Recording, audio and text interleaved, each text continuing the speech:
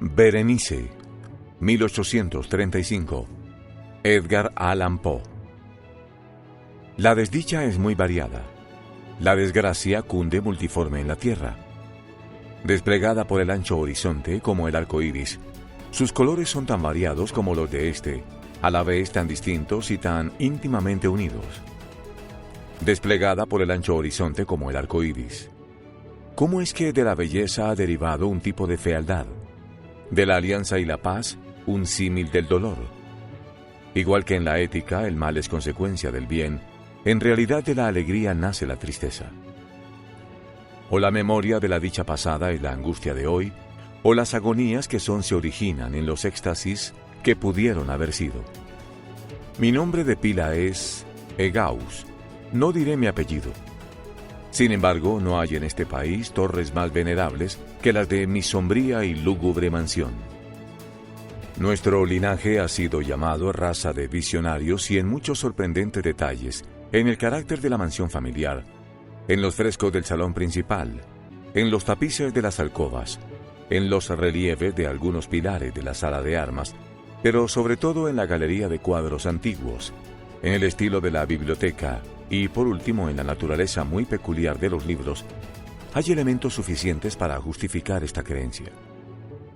Los recuerdos de mis primeros años se relacionan con esta mansión y con sus libros, de los que ya no volveré a hablar. Allí murió mi madre. Allí nací yo.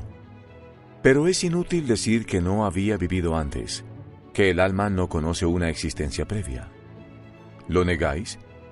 No discutiremos este punto. Yo estoy convencido, pero no intento convencer. Sin embargo, hay un recuerdo de formas etéreas, de ojos espirituales y expresivos, de sonidos musicales y tristes, un recuerdo que no puedo marginar. Una memoria como una sombra, vaga, variable, indefinida, vacilante, y como una sombra también por la imposibilidad de librarme de ella mientras brille la luz de mi razón. En esa mansión nací yo. Al despertar de repente de la larga noche de lo que parecía, sin serlo, la no existencia a regiones de hadas, a un palacio de imaginación, a los extraños dominios del pensamiento y de la erudición monásticos, no es extraño que mirase a mi alrededor con ojos asombrados y ardientes, que malgastara mi niñez entre libros y disipara mi juventud en ensueños. Pero sí es extraño que pasaran los años y el apogeo de la madurez me encontrara viviendo aún en la mansión de mis antepasados. Es asombrosa la parálisis que cayó sobre las fuentes de mi vida, asombrosa la inversión completa en el carácter de mis pensamientos más comunes. Las realidades del mundo terrestre me afectaron como visiones, solo como visiones, mientras las extrañas ideas del mundo de los sueños, por el contrario, se tornaron no en materia de mi existencia cotidiana, sino realmente en mi cínica y total existencia. Berenice y yo éramos primos y crecimos juntos en la mansión de nuestros antepasados, pero crecimos de modo distinto. Yo, enfermizo, envuelto en tristeza; ella, ágil, graciosa, llena de fuerza. Suyos eran los paseos por la colina, míos los estudios del claustro. Yo viviendo encerrado en mí mismo, entregado en cuerpo y alma a la intensa y penosa meditación. Ella, vagando sin preocuparse de la vida, sin pensar en la sombra del camino ni en el silencioso vuelo de las horas de alas negras. Berenice. Invoco su nombre. Berenice. Y ante este sonido se conmueven mil tumultuosos recuerdos de las grises ruinas. Ah, acude vívida su imagen a mí, como en sus primeros días de alegría y de dicha. Oh, encantadora y fantástica belleza. Oh, sílfide entre los arbustos de Arnheim. Oh, náyade entre sus fuentes. Y entonces todo es misterio y terror, y una historia que no se debe contar. La enfermedad, una enfermedad mortal, cayó sobre ella como el simón, y mientras yo la contemplaba, el espíritu del cambio la arrasó, penetrando en su mente, en sus costumbres y en su carácter, y de la forma más sutil y terrible llegó a alterar incluso su identidad. ¡Ay! La fuerza destructora iba y venía, y la víctima, ¿dónde estaba? Yo no la conocía, o al menos, ya no la reconocía como Berenice. Entre la numerosa serie de enfermedades provocadas por aquella primera y fatal, que desencadenó una revolución tan horrible en el ser moral y físico de mi prima, hay que mencionar como la más angustiosa y obstinada una clase de epilepsia que con frecuencia terminaba en catalepsia, estado muy parecido a la extinción de la vida, del cual, en la mayoría de los casos, se despertaba de forma brusca y repentina. Mientras tanto, mi propia enfermedad, pues me han dicho que no debería darle otro nombre. Mi propia enfermedad, digo, crecía con extrema rapidez, asumiendo un carácter monomaníaco de una especie nueva y extraordinaria, que se hacía más fuerte cada hora que pasaba, y, por fin, tuvo sobre mí un incomprensible ascendiente. Esta monomanía, si así tengo que llamarla, consistía en una morbosa irritabilidad de esas propiedades de la mente que la ciencia psicológica designa con la palabra atención. Es más que probable que no me explique, pero temo en realidad que no haya forma posible de transmitir a la inteligencia del lector corriente una idea de esa nerviosa intensidad de interés con que, en mi caso, las facultades de meditación, por no hablar en términos técnicos, actuaban y se concentraban en la contemplación de los objetos más comunes del universo. Reflexionar largas, infatigables horas con la atención fija en alguna nota trivial, en los márgenes de un libro o en su tipografía. Estar absorto durante buena parte de un día de verano en una sombra extraña que caía oblicuamente sobre el tapiz o sobre la puerta. Perderme toda una noche observando la tranquila llama de una lámpara o los rescoldos del fuego. Soñar días enteros con el perfume de una flor. Repetir monótonamente una palabra común hasta que el sonido, gracias a la continua repetición, dejaba de suscitar en mi mente alguna idea. Perder todo sentido del movimiento o de la existencia física mediante una absoluta y obstinada quietud del cuerpo, mucho tiempo mantenida. Estas eran algunas de las extravagancias más comunes y menos perniciosas provocadas por un estado de las facultades mentales, en realidad no único, pero capaz de desafiar cualquier tipo de análisis o explicación. Pero no se me entienda mal. La excesiva, intensa y morbosa atención, excitada así por objetos triviales en sí, no tiene que confundirse con la tendencia a la meditación común en todos los hombres y a la que se entregan de forma particular las personas de una imaginación inquieta. Tampoco era, como pudo suponerse al principio, una situación grave ni la exageración de esa tendencia, sino primaria y esencialmente distinta, diferente. En un caso, el soñador o el fanático, interesado por un objeto normalmente no trivial, lo pierde poco a poco de vista en un bosque de deducciones y sugerencias que surgen de él hasta que, al final de una ensoñación, llena muchas veces de voluptuosidad el incitamentum o primera causa de sus meditaciones desaparece completamente y queda olvidado. En mi caso, el objeto primario era invariablemente trivial, aunque adquiría mediante mi visión perturbada una importancia refleja e irreal. Pocas deducciones, si había alguna, surgían, y esas pocas volvían pertinazmente al objeto original como a su centro. Las meditaciones nunca eran agradables, y al final de la ensoñación, la primera causa, lejos de perderse de vista, había alcanzado ese interés sobrenaturalmente exagerado que constituía el rasgo primordial de la enfermedad. En una palabra, las facultades que más ejercía la mente en mi caso eran, como ya he dicho, las de la atención, mientras que en el caso del soñador son las de la especulación.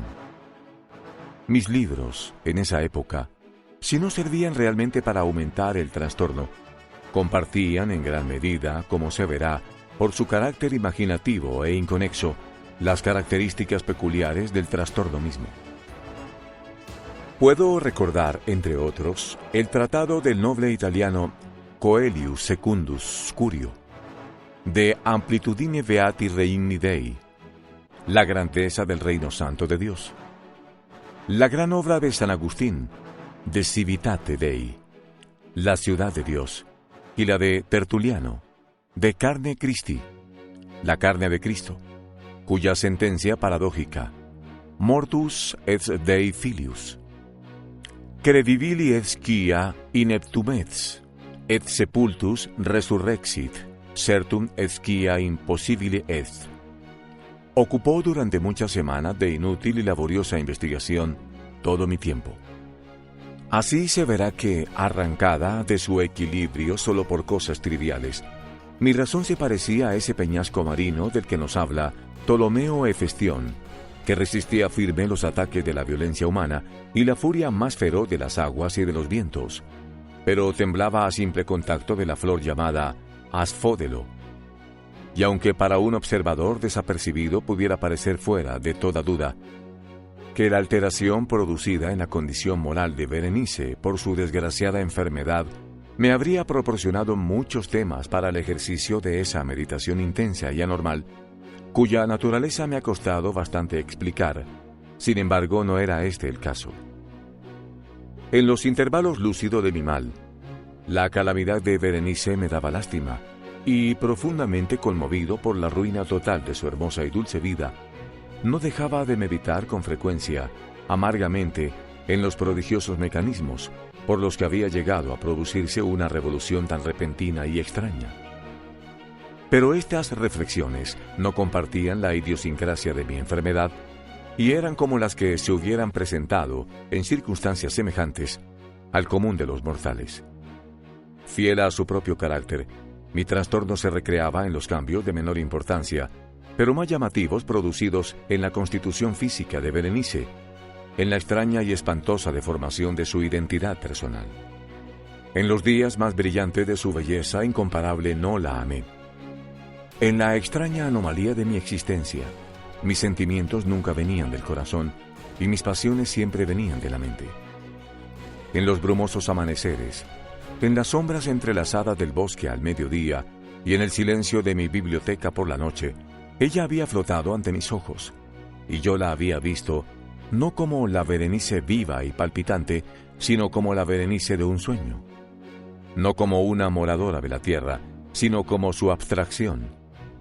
No como algo para admirar, sino para analizar. No como un objeto de amor, sino como tema de la más abstrusa, aunque inconexa especulación. Y ahora temblaba en su presencia y palidecía cuando se acercaba. Sin embargo, lamentando amargamente su decadencia y su ruina, recordé que me había amado mucho tiempo y que en un momento aciago le hablé de matrimonio. Y cuando por fin se acercaba la fecha de nuestro matrimonio, una tarde de invierno, en uno de esos días intempestivamente cálidos, tranquilos y brumosos, que constituyen la nodriza de la bella Alcione, estaba yo sentado, y creía encontrarme solo, en el gabinete interior de la biblioteca, y al levantar los ojos, vi a Berenice ante mí. Fue mi imaginación excitada, la influencia de la atmósfera brumosa, la incierta luz crepuscular del aposento, los vestidos grises que envolvían su figura, los que le dieron un contorno tan vacilante e indefinido. No sabría decirlo. Ella no dijo una palabra, y yo por nada del mundo hubiera podido pronunciar una sílaba. Un escalofrío helado cruzó mi cuerpo. Me oprimió una sensación de insufrible ansiedad.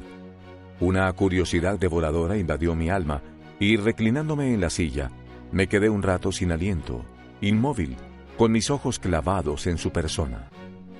Ay, su delgadez era extrema, y ni la menor huella de su ser anterior se mostraba en una sola línea del contorno. Mi ardiente mirada cayó por fin sobre su rostro.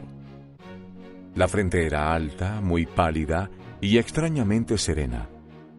Lo que en un tiempo fuera cabello negro azabache caía parcialmente sobre la frente y sombreaba las sienes hundidas con innumerables rizos de un color rubio reluciente que contrastaban discordantes por su matiz fantástico con la melancolía de su rostro. Sus ojos no tenían brillo y parecían sin pupilas, y esquivé involuntariamente su mirada vidriosa para contemplar sus labios, finos y contraídos. Se entreabrieron, y en una sonrisa de expresión peculiar, los dientes de la desconocida Berenice se revelaron lentamente a mis ojos. Quiera Dios que nunca los hubiera visto o que, después de verlos, hubiera muerto. El golpe de una puerta al cerrarse me distrajo, y al levantar la vista, descubrí que mi prima había salido del aposento. Pero de los desordenados aposentos de mi cerebro, ¡ay! No había salido ni se podía apartar el blanco y horrible espectro de los dientes. Ni una mota en su superficie, ni una sombra en el esmalte, ni una mella en sus bordes había en los dientes de esa sonrisa fugaz que no se grabara en mi memoria. Ahora los veía con más claridad que un momento antes. Los dientes estaban aquí y allí, y en todas partes, visibles y palpables ante mí, largos, finos y excesivamente blancos, con los pálidos labios contrayéndose a su alrededor, como en el mismo instante en que habían empezado a crecer. Entonces llegó toda la furia de mi monomanía, y yo luché en vano contra su extraña e irresistible influencia. Entre los muchos objetos del mundo externo, solo pensaba en los dientes. Los anhelaba con un deseo frenético. Todas las demás preocupaciones y los demás intereses quedaron supeditados a esa contemplación. Ellos eran los únicos que estaban presentes a mi mirada mental, y en su insustituible individualidad llegaron a ser la esencia de mi vida intelectual. Los examiné bajo todos los aspectos, los vi desde todas las perspectivas. Analicé sus características, estudié sus peculiaridades, me fijé en su conformación, pensé en los cambios de su naturaleza. Me estremecí al atribuirles en la imaginación un poder sensible y consciente y, aún sin la ayuda de los labios, una capacidad de expresión moral. De Mademoiselle Sale se ha dicho con razón que tous espants état de sentiments, y de Berenice yo creía seriamente que toutes ces dents étaient décidé. Ah, este absurdo pensamiento me destruyó. Decidé. Ah, por eso los codiciaba tan desesperadamente. Sentí que solo su posesión me podría devolver la paz, devolviéndome la razón. Y la tarde cayó sobre mí, y vino la oscuridad. Duró y se fue. Y amaneció el nuevo día, y las brumas de una segunda noche se acumularon alrededor, y yo seguía inmóvil, sentado en aquella habitación solitaria. Y seguí sumido en la meditación, y el fantasma de los dientes mantenía su terrible dominio, como si con una claridad viva y horrible flotara entre las cambiantes luces y sombras de la habitación.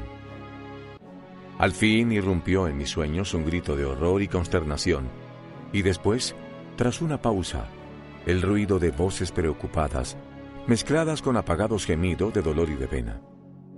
Me levanté de mi asiento y, abriendo las puertas de la biblioteca, vi en la antesala a una criada, deshecha en lágrimas, quien me dijo que Berenice ya no existía. Había sufrido un ataque de epilepsia por la mañana temprano, y ahora, al caer la noche, ya estaba preparada la tumba para recibir a su ocupante, y terminados los preparativos del entierro. Me encontré sentado en la biblioteca y de nuevo solo. Parecía que había despertado de un sueño confuso y excitante. Sabía que era medianoche y que desde la puesta del sol, Berenice estaba enterrada. Pero no tenía una idea exacta, o por lo menos definida, de ese melancólico periodo intermedio. Sin embargo, el recuerdo de ese intervalo estaba lleno de horror, horror más horrible por ser vago, terror más terrible por ser ambiguo. Era una página espantosa en la historia de mi existencia, escrita con recuerdos siniestros, horrorosos, ininteligibles. Luché por descifrarlos, pero fue en vano.